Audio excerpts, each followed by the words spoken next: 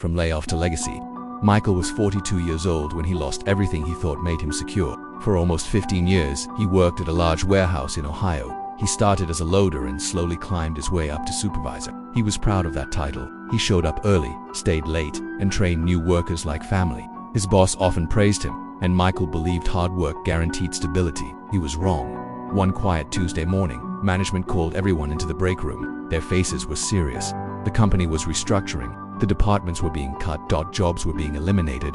Michael heard his name. He walked out with a cardboard box and a final paycheck. That evening, he sat in his parked car outside his apartment for nearly an hour, staring at the steering wheel. When he finally went inside, his wife knew immediately something was wrong. Michael tried to smile, but his voice cracked as he told her. They hugged for a long time. The first few weeks felt unreal. Michael treated job hunting like a full-time job. He woke early, updated his resume, and sent applications everywhere: factories, stores, offices, delivery companies. He dressed neatly for interviews and spoke confidently, but days turned into weeks and weeks into months. Most employers never replied. Bills began to pile up. Rent was late. The electricity was disconnected once. Michael sold his television, then his old laptop. Sometimes he skipped meals so his children wouldn't notice how little food was left. At night, when everyone was asleep, Michael sat alone at the kitchen table, calculating numbers that never added up. Depression crept in quietly, but every morning he still got up. One day a neighbor asked Michael for help moving a heavy couch. Michael agreed.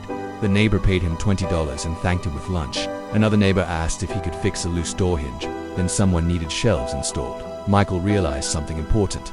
People trusted him. He started offering small handyman services around the neighborhood. At first, he charged very little, just enough for groceries. He borrowed tools from friends and watched YouTube tutorials late into the night to improve his skills.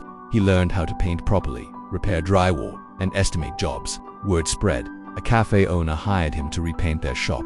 A landlord asked him to renovate 2 apartments. Slowly, Michael began earning steady money again. He registered a small business with money saved from his first few jobs. He printed simple flyers and handed them out personally. Every client received respect, honesty, and quality work. Michael showed up on time, cleaned up after himself, and treated every job like it mattered, because to him it did. 2 years later, Michael bought his first used work van. 5 years later, he owned 3 vans and employed 8 workers, many of whom had also been laid off or struggling. He paid fair wages, offered flexible hours, and never forgot how it felt to be desperate for opportunity. Today, Michael's company serves several cities. He owns a modest home and has savings in the bank, but he still keeps his first borrowed hammer in his office as a reminder. He picks his kids up from school every afternoon. He quietly fixes homes for elderly neighbors who can't afford repairs. He donates tools to young men learning trades. Michael doesn't call himself rich, he calls himself grateful. And when people ask how he did it, he simply says, "Losing my job didn't destroy me. It forced me to discover who I really was."